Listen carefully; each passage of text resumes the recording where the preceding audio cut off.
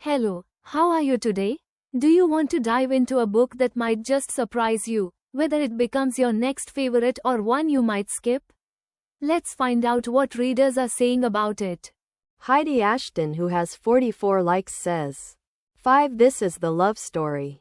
I don't think I will ever find another book that will portray love the way that Georgia and Sam love. They are it for me. They are the bar. They are the temple, the altar, at which I sacrifice my expectations for romance moving forward because nothing will ever compare.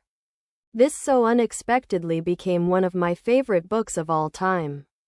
Of all time, I am finding it difficult to condense how I feel about the conditions of wool into words. 1. Because of how it made me feel, and boy oh boy did this book make me feel.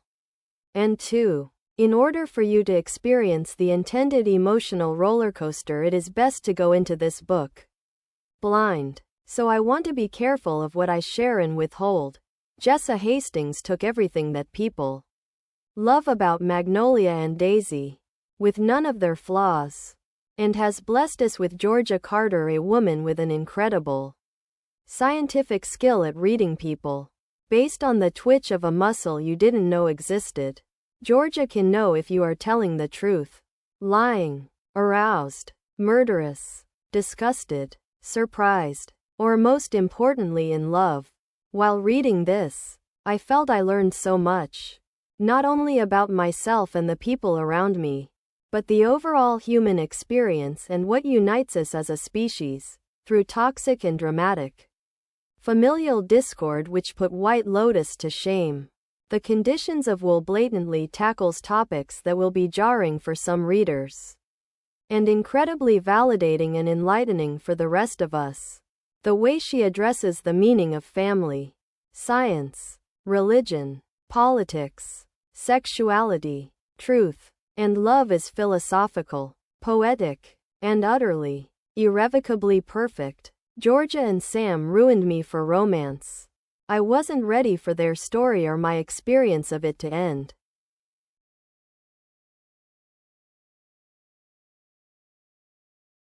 Shauna C. Schroeder, who has 126 likes, says, 55. Wow, this book has so much depth and heart.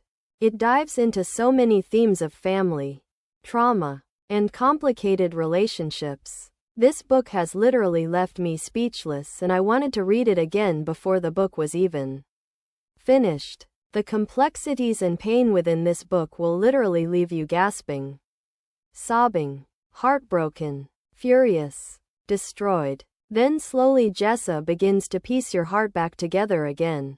I wish this author would write a new book every single month because her lyrical and unique writing style pulls me in every single time.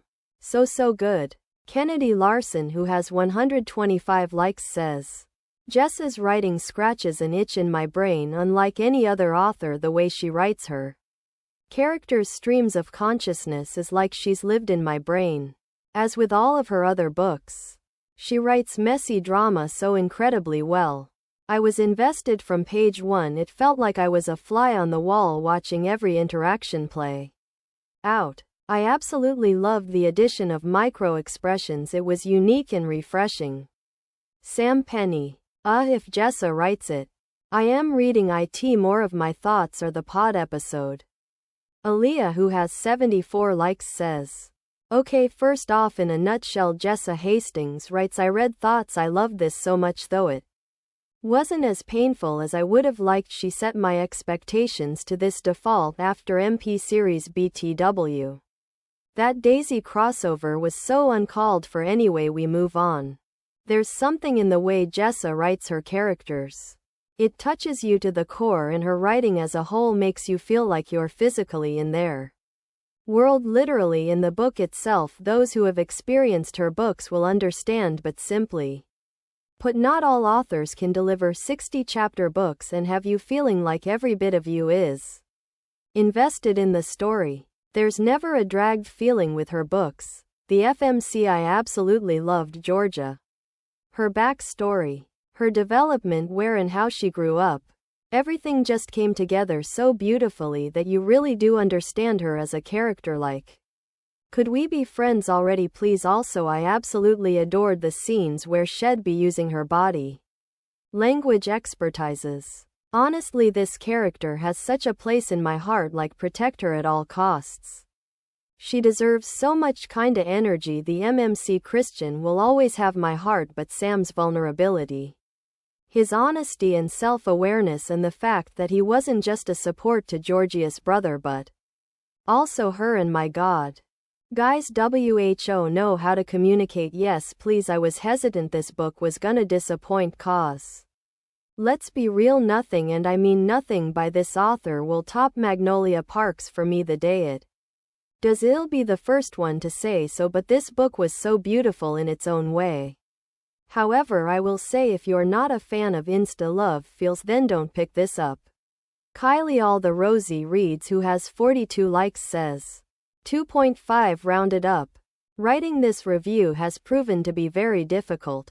On one hand, I found it addicting and engaging and could not stop turning the pages. I literally read it in one day. I enjoyed being back with Jessa's writing.